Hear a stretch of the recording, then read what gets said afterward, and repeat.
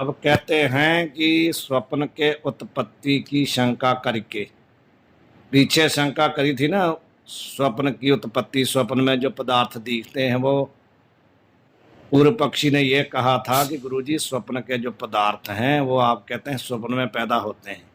जो पदार्थ जागृत में होता ही नहीं उसकी ना तो स्मृति ही होती है ना ही वो दिखता है। तो दोनों की पीछे शंका खत्म की थी इन्होंने।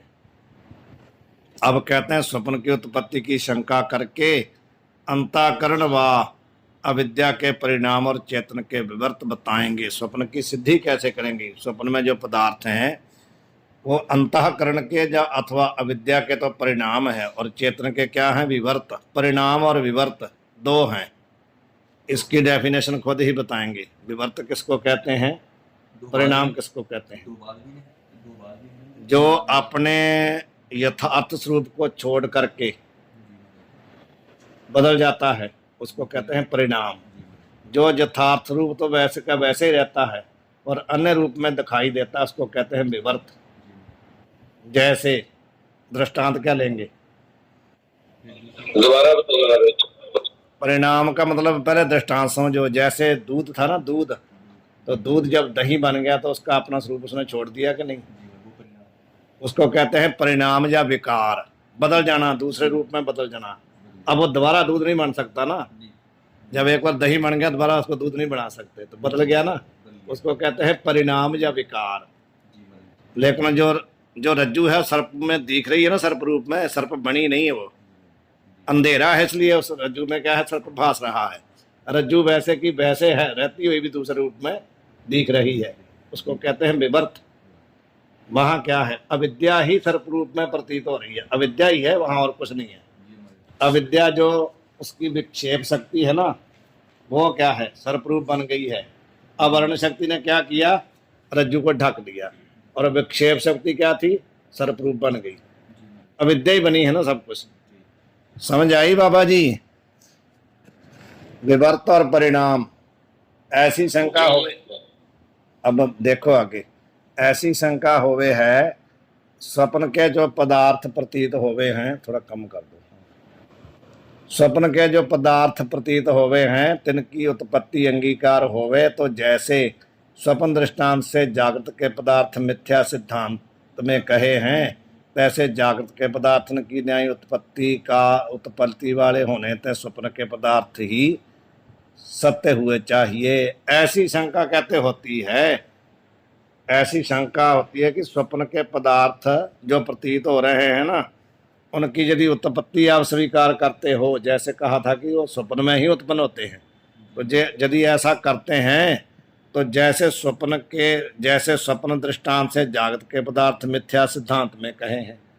जागृत के पदार्थों को मिथ्या कैसे कहा? जैसे स्वप्न के। तो फिर कहते हैं यदि ऐसा कहते हो तो जागृत के पदार्थ की नहीं उत्पत्ति वाले होने थे स्वप्न के पदार्थ सत्य भी तो होने चाहिए। स्वप्न के दृष्टांत देकर के आपने जागृत के पदार्थ को मिथ्या सिद्ध किया, तो जागृत का दृष्टांत ले लो भी जागृत के पदार्थ सत्य हैं, तो स्वप्न वाले भी सत्य हैं। ऐसा भी तो कहते होना चाहिए। आप कहते हैं जैसा स्वप्नारायण का तैसा संसार, जैसे स्वप्न के पदार्थ उत्पन्न तो होते हैं लेकिन वो क्या हैं? अविद्या वाले हैं, संकल्प द्वारा उत्पन्न हुए हैं नहीं। उसी प्रकार आप कहते हो कि जगत के पदार्थ भी मिथ्या हैं, तो कहते हैं जगत जागृत का पदार्थ दृष्टांत है लो भी जागृत के पदार्थ जब तक संसार है तब तक तो सत्य है ना, तो इसलिए स्वप्न के पदार्थ भी सत्य होने प्रतीत होना चाहिए। ऐसी कहते शंका होती है। तो स्वप्न के माँ ही पदार्थन की उत्पत्ति नहीं माने तब यह दोष नहीं। यदि तो उत्पत्ति मानते हो तब तो दोष आता है कि यदि वो पदार्थ उनको लेकर के जागृत के पदार्थ मिथ्या सिद्ध करते हो। मेरे को रहने दो,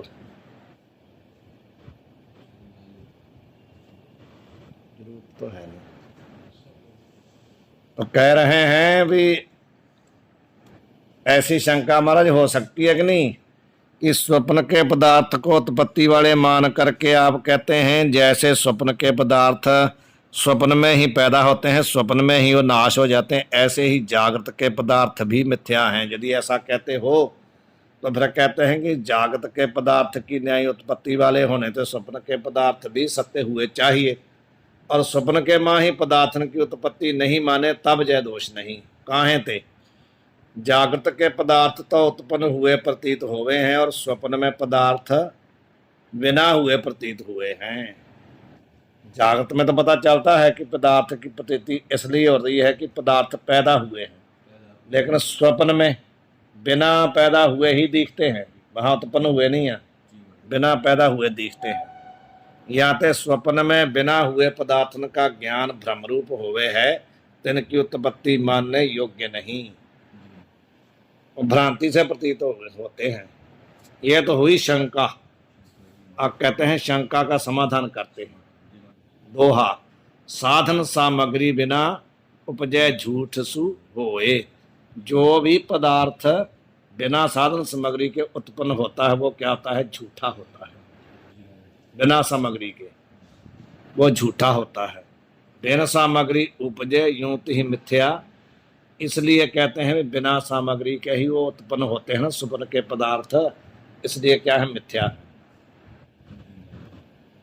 जिस वस्तु की उत्पत्ति में जितना देश काल सामग्री साधन कहिए कारण है, उतनी सामग्री बिना उपजे सो मिथ्या कहिए।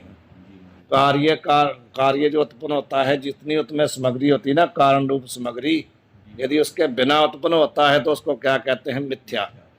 और स्वप्न के हस्तियादकन की उत्पत्ति के योग्य देश काल है नहीं, वहाँ कोई देश काल उनके योग्य नहीं। भी ऐस काल में हाथी उत्पन्न हुआ है, घोड़ा उत्पन्न हुआ है, ऐसी सामग्री वहाँ है ही नहीं। बहुत काल में और बहुत देश में उपजने योग्य हस्तियादक क्षण मात्र काल में सूक्ष्म कंठ देश में उपजे है। कैसे उत्पन्न हो जाएगा? बहुत बड़ा हाथी को जगह चाहिए जहाँ से उत्पन्न होना है, और उसको कितना समय माता के गर्भ में रहना पड़ेगा, उसके बाद वो पैदा होगा ना। तो ऐसा जो कहते हैं हस्ती घोड़े आदि के, जिनको बहुत देश बहुत काल चाहिए, यदि वो थोड़े में कहते उत्पन्न हो गया, वो भी कंठ में, जब कंठ में है ना जीव तभी तो स्वप्न होता है। तो उस कंठ देश में और अल्प काल में, न्यून काल में इतना बड़ा हाथी कहाँ से पैदा हो गया? उसको बहुत बड़ा समय चाहिए, बहुत बड़ा उसको जगह चाहिए। तो कहते इसलिए तो क्षण मात्र उपजे है, जाते क्या है? मिथ्या। मिथ्या है कि नहीं? यद्यपि स्वप्न अवस्था में काल देश भी अधिक प्रतीत होवे है, तथापि अन्य पदार्थन की न्याय स्वप्न में अधिक काल और अधिक देश भी अनिर्वचनीय प्रातिभाषिक उत्पन्न होवे हैं। कहते हैं ऐसा थोड़ी है, स्वप्न तो लगता कि पता नहीं कितनी देर हो गई है, होता तो क्षण मात्र है, लेकिन हम लोगों को तो लगता है कि पूरी रात ही हम सपना लेते रहे हैं। सपना क्षण मात्र होता है। कहते हैं वहाँ तो बहुत अधिक काल अधिक देश प्रतीत होता है, पर वो अधिक देश अधिक काल भी अनिर्वचनीय है नहीं, वास्तव में अनिर्वचनीय है।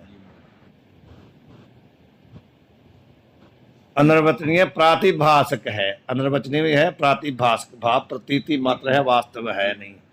काहे ते विषय बिना प्रत्यक्ष ज्ञान होवे नहीं, और स्वप्न में अधिक देश काल का ज्ञान होवे है। बिना विषय के तो कहते ज्ञान होता नहीं, विषय होएगा तो ज्ञान होगा ना। तो वहाँ क्या है? वहाँ ज्ञानाध्यास अर्थाध्यास दोनों ही है। अध्यास आया है, अध्यास का बड़ा लंबा प्रकरण है विचार चंद्रोदय में। वहाँ बताया कि अर्थाध्यास ज्ञानाध्यास, अर्थ कहते हैं विषय को, वहाँ विषय का भी सर्प, जहाँ सर्प प्रतीत हो रहा है वहाँ अर्थ का भी ध्यास और उसके ज्ञान का भी ध्यास, दोनों भ्रांति है कि नहीं? अध्यास भाव भ्रांति। तो ये कह रहे हैं कि बिना विषय के तो प्रत्यक्ष ज्ञान होता नहीं, और स्वप्न में अधिक देश काल का ज्ञान होता है। व्यवहारक देश काल न्यून है, यहाँ पे प्रातिभाषक उत्पन्न होवे हैं। व्यवहारक देश काल न्यून है व्यवहार में। स्वप्न में तो बहुत लंबा दिखता है ना, लेकिन व्यवहार का जो देश काल है वो न्यून है। यहाँ पे प्रातिभाषिक हैं, जो व्यवहार में थोड़ी देर हमारे को दिखा है ना, थोड़ी देर हाथी हमारे को बना बनाया उत्पन्न हुआ दिखा है ना, उत्पन्न होने में तो बहुत समय लगेगा ना, उसको बहुत बड़ा काल चाहिए। लेकिन जो व्यवहार हमारे को दिख रहा है हाथी का, वो तो क्षण मात्र है ना। हाथी उत्पन्न हुआ, बड़ा हुआ, बना बनाया सामने आया, वो तो बहुत थोड़ा समय है, इसलिए कहते हैं प्रातिभाषिक है।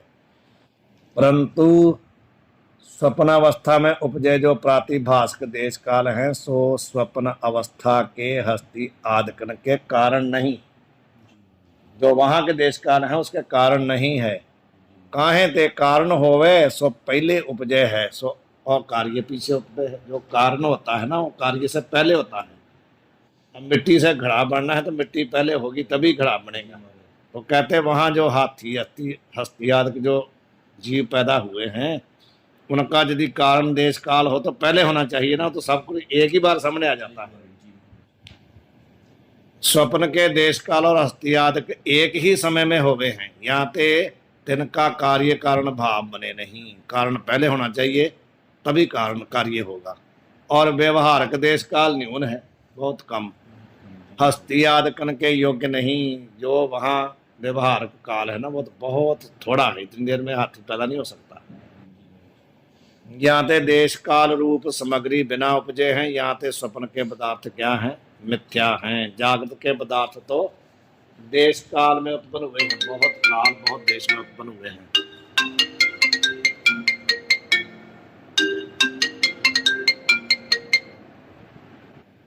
हाँ जी महाराज जी। जी हाँ जी। हाँ जी बना लो, जो भी सकोगे सक लांगे। हाँ जी बना लो। मैं पढ़ा रहा फिर जो जाना है दस दिन। ठीक है। और भी माता से आदि लेके हस्ती आदि कन की सामग्री सपने में है नहीं, ना ही वहाँ हथनी है उसकी माता है, ना ही पिता है, ना ही कुछ है। यद्यपि स्वप्न में प्राणी पदार्थन के माता पिता भी प्रतीत हुए हैं, तथापि स्वप्न के माता पिता पुत्र की उत्पत्ति के कारण नहीं। माता पिता वहां दिखते हैं, पूरा पूरा परिवार दिखता है कि नहीं, लेकिन वो जो माता पिता हैं वो उत्पत्ति के कारण नहीं होते, हमसे उत्पन्न हुआ नहीं होता। सब एक ही बार उत्पन्न हुए होते हैं, माता पिता भी बच्चे भी सब। मेरे को तो रहने दो, आप पी लो, मैं दूसरा। तो कहते हैं तथापि स्वप्न के माता पिता पुत्र की उत्पत्ति के कारण नहीं। कहाँ थे? पी लो आप। माता पिता और पुत्र एक क्षण में साथ उपजे हैं, यहाँ ते तिनका कार्य कारण भाव नहीं। इसलिए कहते हैं माता पिता और बच्चे एक ही बार स्वप्न में पैदा हुए हैं, इसलिए माता पिता उनके कारण नहीं है। या निद्रा सहित अविद्या से स्वप्न के पदार्थ उपजे है, सोई अविद्या तिन पदार्थ विषय माता पिता, मातापना पितापना और पुत्रपना उपजावे है। जिस अविद्या से वो पैदा हुए हैं ना, वो ही उनके अंदर मातापना पितापना उत्पन्न कर देता है। सभी माया ने ही उत्पन्न किए हैं, माता पिता भी और बच्चे भी। वो विद्या ही उनको पिता बना रही है, विद्या ही उनको माता बना रही है। वास्तव में वो एक ही बार उत्पन्न हुए हैं, अविद्या ही ये सभी पदार्थों के रूप में दिख रही है। एक और हमारा प्रश्न है कि जैसे स्वप्न में, जब हम स्वप्न में प्रवेश करते हैं, जैसे हमको ये स्मृति नहीं रहती कि हम कब स्वप्न में प्रवेश हुए। यही तो बात, यही तो अविद्या, इसी को तो अवासना कहते हैं, अविद्या। जब हम जैसे महाराज जी दृष्टांत देते हैं स्वप्न का, तो हम ऐसे जैसे स्वप्न अनादि होता है, हमको यह या स्मृति नहीं होती कि कब ये स्वप्न का संसार उत्पन्न हुआ।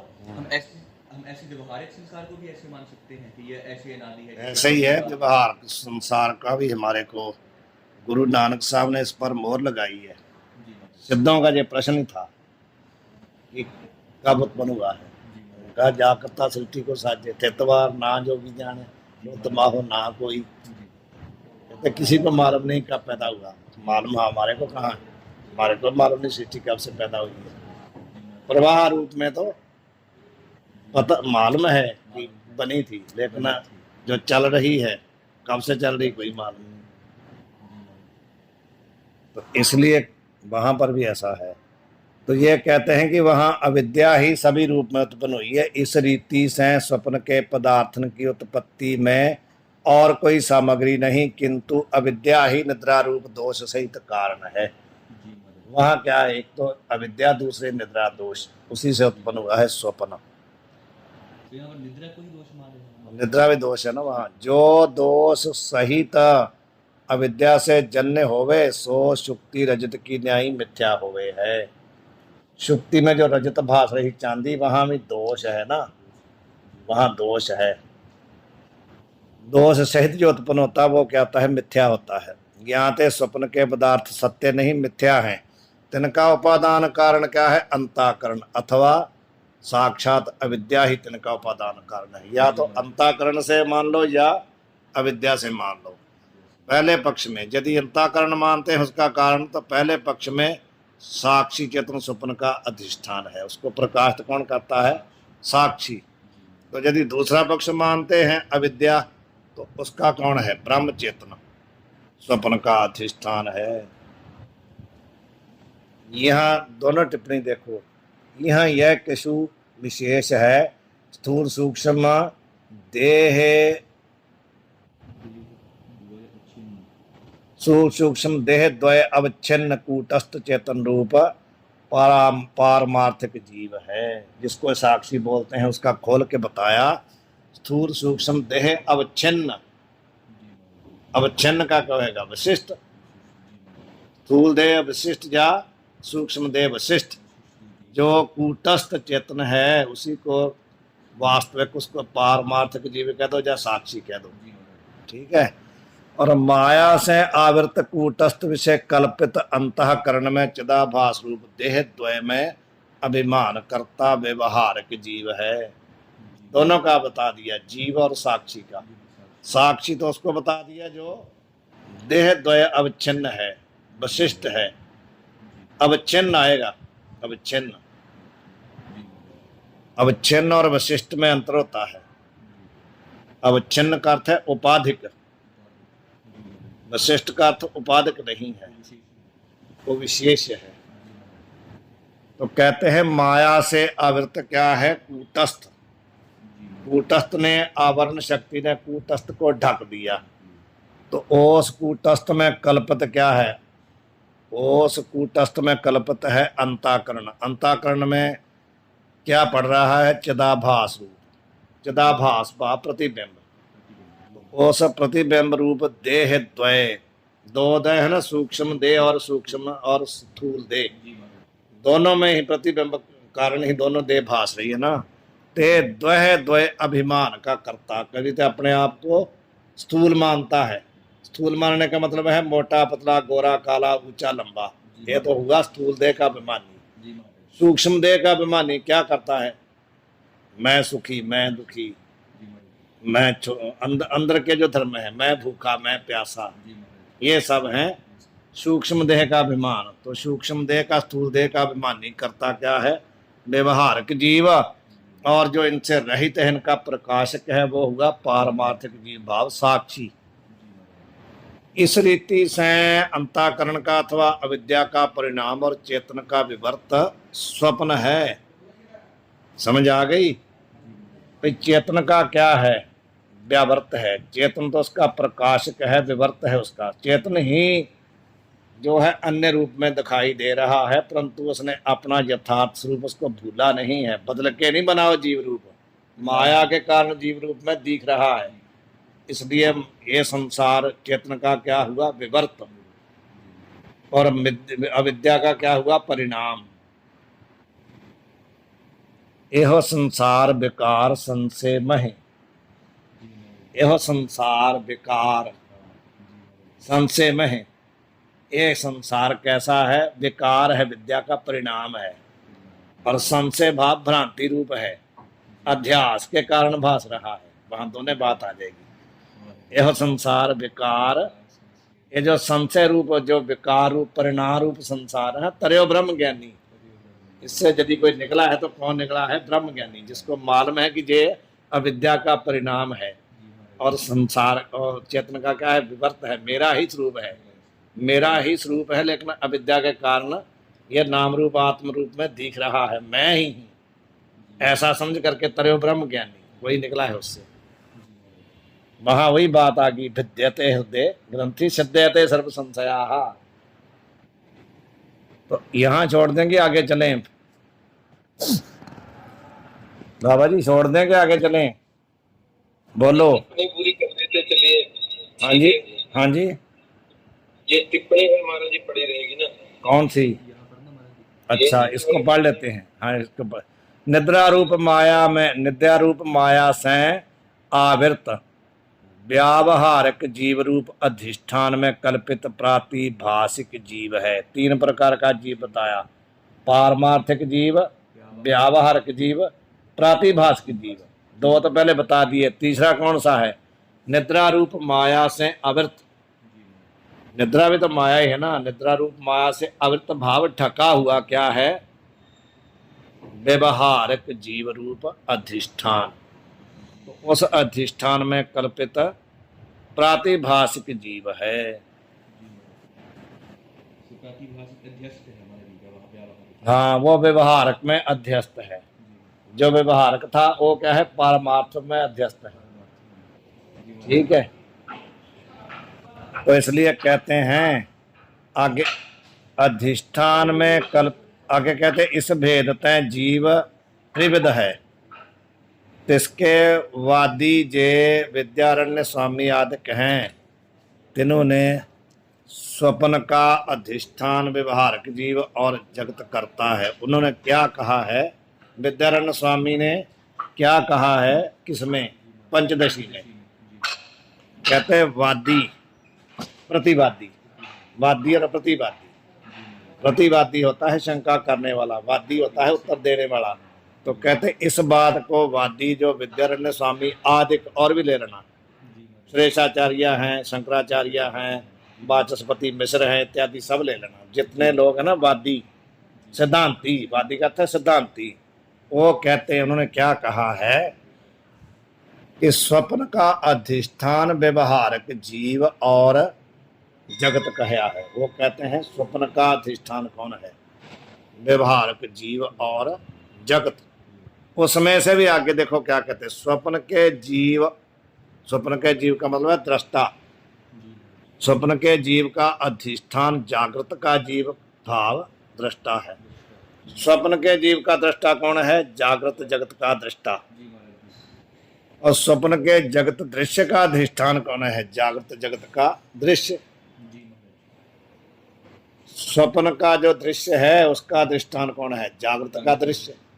जागृत के पदार्थ ही वासना रूप में वहां दिख रहे हैं कि नहीं? और स्वप्न अध्यास का उपादान व्यावहारिक जीव जगत का आवर्क निद्रा रूप अवस्था ज्ञान है। एक पहले पीछे आया था, एक तूला विद्या है, एक मूला विद्या है उसका मालूम किसको कहते हैं? मूला विद्या हमारे जैसे मूला विद्या होगी जो ढकती है, हाँ, जो मूल है, जो ब्रह्म को ढकती है, और तूला विद्या जो कार्य रूप में एक प्रकार से। तूला विद्या का अर्थ है जो अधिष्ठान को ढकती है, ब्रह्म को। और जो तूला विद्या है वो उसका अर्थ है जो विषय विशिष्ट चेतन को ढकती है, विषय विशिष्ट चेतन को ढकती है। कार्य रूप विद्या होगी तूला विद्या, और कारण विद्या मूला विद्या। तो ये कहते हैं यहाँ पर कि स्वप्न अध्यास का उपादान जो व्यवहारक जीव है ना, या जगत, उस जगत का आवर्क कौन है? उसको ढकता कौन है? निद्रा। तो निद्रा रूप अवस्था, देखिए अवस्था, अवस्था ज्ञान है क्या? अवस्था ज्ञान लिखा है महाराज जी, अवस्था ज्ञान। अवस्था ज्ञान इसको कहते हैं तूला विद्या। तो कहने का मतलब क्या है? इस स्वप्न अध्यास का उपादान जो व्यवहारक जीव जगत है ना, उसको, उसका अवर्क कौन है?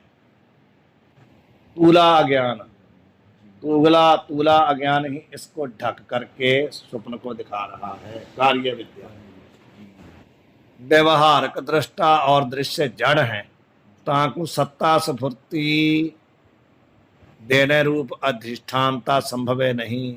आपने कह दिया कि जो व्यवहारक दृश्य है वो स्वप्न दृश्य का अधिष्ठान है, जो व्यवहारक दृष्टा है वो स्वप्न दृष्टा का अधिष्ठान है। कहते हैं आपने ऐसा कहा, तो ये तो दोनों जड़ हैं। व्यवहारक दृश्य भी जड़, व्यवहारक दृष्टा भी जड़, तो जड़ कभी किसी का अधिष्ठान हो नहीं सकता। कैसे कहा आपने? जड़ नहीं जड़ का अधिष्ठान हो सकता, चेतन ही जड़ का अधिष्ठान हो सकता। तो यदि मैं पूछूं कि व्यवहार जड़ तो रस्सी भी है और स्वप्न भी है, तो कैसे बना स्वप्न जो रस्सी है वो सर्प का अधिष्ठान कैसे बना? क्या उत्तर दोगे? हमने कहा कि जड़ का जड़ अधिष्ठान ही हो सकता, तो चांदी भी जड़ और सीपी भी जड़। पर जो उनको प्रकाशित कर रहा है महाराज जी, यही मानना है, वहां यही है कि वहां स्वप्न का और वहां रस्सी का और सर्प का दोनों का अधिष्ठान क्या है? रज्जु विशिष्ट चेतना। वहां रज्जु अधिष्ठान नहीं है, उन दोनों का अधिष्ठान है चेतना। जी महाराज, इसलिए कहते हैं ये पहले भी आया है महाराज जी। याते अहंकार अवच्छिन्न वा अहंकार अनवच्छिन्न चेतन स्वप्न का अधिष्ठान है। वह चेतन ही अधिष्ठान है। यह दो मत समीचीन हैं। तिनमें या तो अहंकार अवच्छिन्न या अहंकार अनवच्छिन्न, दोनों। तो पहला है अहंकार अवच्छिन्न। प्रथम मत माने तो अहंकार अवच्छिन्न का आच्छादक तूला ज्ञान ही स्वप्न का उपादान संभव है। अहंकार अवच्छिन्न भी अधिष्ठान नहीं ना बन सकता। कैसे बनेगा वो? कहते हैं उस अहंकार अवच्छिन्न का आच्छादक कौन है, आवरक कौन है, उसको ढकता कौन है? तूला विद्या। तो तूला विद्या ही क्या है? स्वप्न का उपादान हो सकता है। जागृत के बोध से ब्रह्म ज्ञान बिना ताकि निवृत्ति भी संभव है। उस तूला विद्या की निवृत्ति के लिए ब्रह्म ज्ञान की जरूरत नहीं है। जब ही जागृत हुआ तो मनुष्य की निवृत्ति हो जाएगी। जागृत के बोध से ब्रह्म ज्ञान बिना, जागृत का केवल बोध भाव जागृत में आए तो स्वप्न खत्म। उस तूला विद्या जो स्वप्न का अधिष्ठान है उसकी निवृत्ति के लिए जागृत में ब्रह्म ज्ञान की जरूरत नहीं है। केवल जागृत का बोध होते ही वो अविद्या खत्म हो जाएगी, स्वप्न वाली। अविद्या में प्रतिबिंब जीव चेतन व बिंब रूप ईश्वर चेतन विवरणकार की रीति से व्यापक होने तय अहंकार अनवच्छिन्न चेतन है। विवरणकार,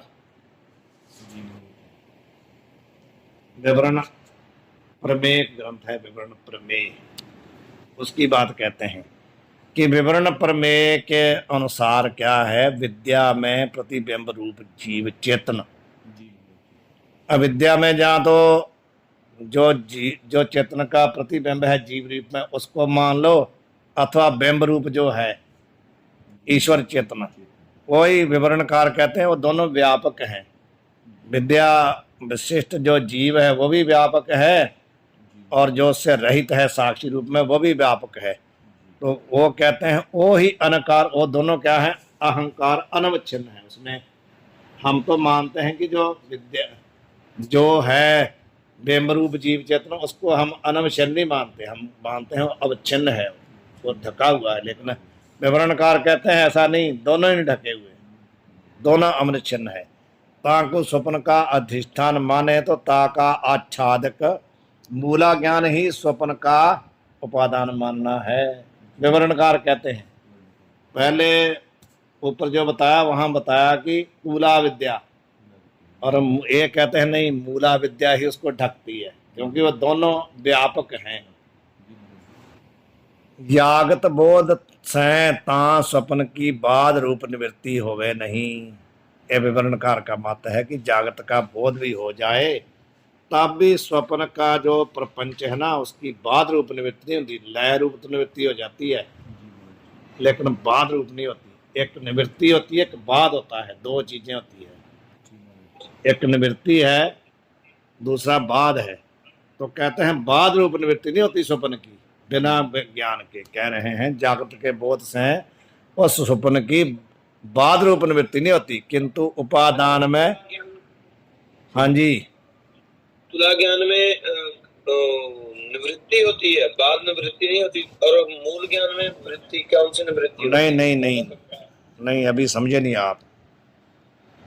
पहले कहा था कि जो स्वप्न का अधिष्ठान है वो कौन है? तूला विद्या, कार्य विद्या। विवरणकार महाराज कहते हैं भी नहीं, ऐसा नहीं है। उसमें जो जीव है, भले वो क्या कहते हैं, अंताकरण विशिष्ट जीव मान लो या अविद्या विशिष्ट जीव मान लो, वो अथवा जो बिंब रूप साक्षी जब ब्रह्म है, वो दोनों व्यापक हैं। तो इसलिए कहते हैं भी वो व्यापक होने थे, उनका आच्छादक कौन है? मूला ज्ञान। वो जो मूला ज्ञान है जो ब्रह्म को ढकता, वो ही कहते स्वप्न का उपादान मानना चाहिए। एक बात और कहते भाई जागृत बोध से, पीछे वाले मत में तो ये कहा कि जागृत बोध होते ही बिना ब्रह्म ज्ञान के ही स्वप्न की निवृत्ति हो जाएगी। विवरणकार कहते हैं ऐसा नहीं है, जागृत बोध होने से भी स्वप्न की बाद निवृत्ति नहीं होती, निवृत्ति तो हो जाती है। मैंने कहा दो चीजें हैं, एक निवृत्ति है, एक बाद है। निवृत्ति का अर्थ ये होता है कि किसी चीज को आपने अलग कर दिया, अपने से इतर कर दिया, लेकिन नष्ट नहीं हुई। वो आपकी आंखों से तो दूर हो गई है, लेकिन नष्ट नहीं हुई, उसका बाद नहीं हुआ। समझ आई महाराज? एक बाद है, एक निवृत्ति है। कोई वस्तु हमारे सामने पड़ी है, हम उसको देखना नहीं चाहते, तो हमने उठा के उसको कमरे में रख दिया, तो मानो हमारे आंखों से तो उसका विलय हो गया, लेकिन बाद तो नहीं हुआ ना, उसका बाद नहीं हुआ अभी। यही बात कह रहे हैं कि जागृत का बोध होने से स्वप्न का बाद रूप निवृत्ति नहीं होती, किंतु उपादान में विलय रूप निवृत्ति होती है। उपादान में वो मूला अज्ञान में चला जाता है, लेकिन उसका बाद थोड़ी हुआ है, बाद नहीं हुआ अभी। परंतु अहंकार अनवच्छिन्न चेतन को स्वप्न का अधिष्ठान माने भी शरीर के अंतर्देश स्थित चेतन ही अधिष्ठान संभव है।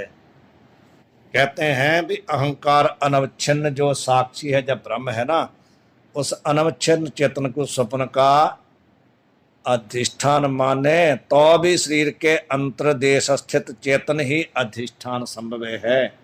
उसकी निवृत्ति थोड़ी हुई है। मूला विद्या की तो निवृत्ति हो गई, मतलब अब मूला विद्या में स्वप्न चला गया, लेकिन अधिष्ठान तो वहां अंतर्देश स्थित बैठा है ना, चेतना वो तो वहां बैठा है। बाह्य देश स्थित चेतन नहीं, चेतन तो अंदर है। अधिष्ठान कौन है? अंदर वाला चेतन, बाहर वाला नहीं, अंदर चेतन जो है। अविद्या में प्रतिबिंब जीव चेतन व अविद्या में बिंब ईश्वर चेतन दोनों अहंकार अनवच्छिन्न है और व्यापक होने से शरीर के अंतर भी हैं, बाहर भी हैं और अंदर भी हैं। अंतर्देश स्थित चेतन में ही जो स्वप्न की अधिष्ठानता है, ताका अंताकरण को अवच्छेदक माने तो अहंकार अवच्छिन्न को अधिष्ठानता सिद्ध होवे है। कहते जो अंतर्देश स्थित चेतन है ना, उसमें स्वप्न की अधिष्ठानता है। ताका अंताकरण को यदि अवच्छेदक मानते हो, वो जो प्रतिबिंब रूप में अंताकरण में है, उसका अवच्छेदक कौन है, उसको ढकता कौन है? अंताकरण। यदि ऐसा मानते हैं, अवच्छेदक यदि अंताकरण को मानते हैं, तो फिर क्या होता है? अहंकार अवच्छिन्न को ही अधिष्ठान सा सिद्ध होती है। अहम अहम स्फूर्ति कहाँ होती है? अंताकरण में। तो अंताकरण को आपने उस चेतन का अवच्छेदक मान लिया, तो फिर तो कहते हैं भी उसी चेतन में ही अधिष्ठानता सिद्ध होती है। तो इसी चेतन में स्वप्न की अधिष्ठानता का अंताकरण को अवच्छेदक नहीं माने तो अहंकार अनवच्छिन्न को अधिष्ठानता सिद्ध हो गए है। यदि अंताकरण को उस चेतन का अवच्छेदक मानते हैं, तो उसी चेतन में ही अधिष्ठानता सिद्ध होती है। तो यदि अंताकरण को उसका अवच्छेदक नहीं मानते, तो फिर किसमें होती है? अनवच्छिन्न जो साक्षी है उसमें होती है। तो ये तो पीछे सिद्ध किया ही है कि स्वप्न का कौन प्रकाशक है? साक्षी, विशेष चेतन नहीं, सामान्य चेतन जो प्रकाशक है। अहंकार अनवच्छिन्न अविद्या प्रतिबिंब और बिंब दोनों है, दोनों ही अहंकार अनवच्छिन्न है, किसी को भी ढक नहीं सकता वो। तो इसलिए कहते हैं कि मत भेद से दोनों को स्वप्न की अधिष्ठानता है। कोई तो प्रतिबिंब को मानता है, कोई बिंब को मानता, दोनों ही कहते हैं अनवच्छिन्न है, किसी को भी मान लो। तथापि अविद्या में प्रतिबिंब रूप जीव चेतन को अधिष्ठानता कहना ही समीचीन है। ये विवरण मार्गकार का मत है कि है तो दोनों अनवच्छिन्न, पर जो साक्षी है उसको अधिष्ठान नहीं मान सकते। किसको मानेंगे? अविद्या में प्रतिबिंब रूप जो जीव चेतन, उसी को ही अधिष्ठान मानना समीचीन है, भाव ठीक है। अथवा अविद्या में प्रतिबिंब को कल्पित होने तय अधिष्ठानता की अयोग्यता है। दूसरी बात है, जो अविद्या में प्रतिबिंब है ना, चेतना, वो तो कहते कल्पित है, उसको अधिष्ठानता माननी योग्य नहीं, अधिष्ठान बन नहीं सकता, तो कल्पित है। यहाँ ते अंतःकरण उपहित व अविद्या उपहित साक्षी चेतन ही स्वप्न का अधिष्ठ मानना उचित है। या तो अविद्या उपहित, अंतःकरण उपहित को ही मानो, साक्षी को। ये सर्व क्या है, त्रिसत्तावाद की रीतियां हैं। सर्व त्रिसत्ता ही ना, त्रिसत्तावादी कौन है? जो तीन प्रकार की सत्ता मानते हैं, सभी की कहते हैं ये रीति हैं। और दृष्टि सृष्टिवाद की रीति से क्या है? ये तो मतलब बता, जो तीन सत्ता मानते हैं, जो दृष्टि सृष्टिवाद वाले हैं, जो कहते हैं जैसी दृष्टि तैसी सृष्टि, ऐसा मानने वालों का क्या है? सर्व अनात्म पदार्थन की एक सत्ता, कौन सी? प्रातिक सत्ता के होने ते जागृत स्वप्न दोनों का ब्रह्म चेतन ही अधिष्ठान माने। वो कहते हैं कि जितने जागृत जितने पदार्थ हैं सभी ही प्रातिभाषिक हैं, दृष्टि के कारण ही वो भासते, नहीं तो है ही नहीं। जिसकी दृष्टि में पदार्थ है उसको भासता, जिसकी दृष्टि में नहीं उसको नहीं भासता। तो उनके मत में क्या है? वो कहते हैं जो स्वप्न और जागृत का अधिष्ठान वो कौन है? ब्रह्म चेतना, जो उपहित है, अविद्या उपहित, जानता करना उपहित, उसी को ही वो अधिष्ठान मानते हैं दृष्टि सृष्टिवाद वाले। हो गया पूरा? होगी ना पूरी टिप्पणी? वाहिगुरु जी का खालसा, वाहिगुरु। ये बाबा जी विवरण प्रमेय संग्रह आएगा तुहानू आचार्य च, विवरण प्रमेय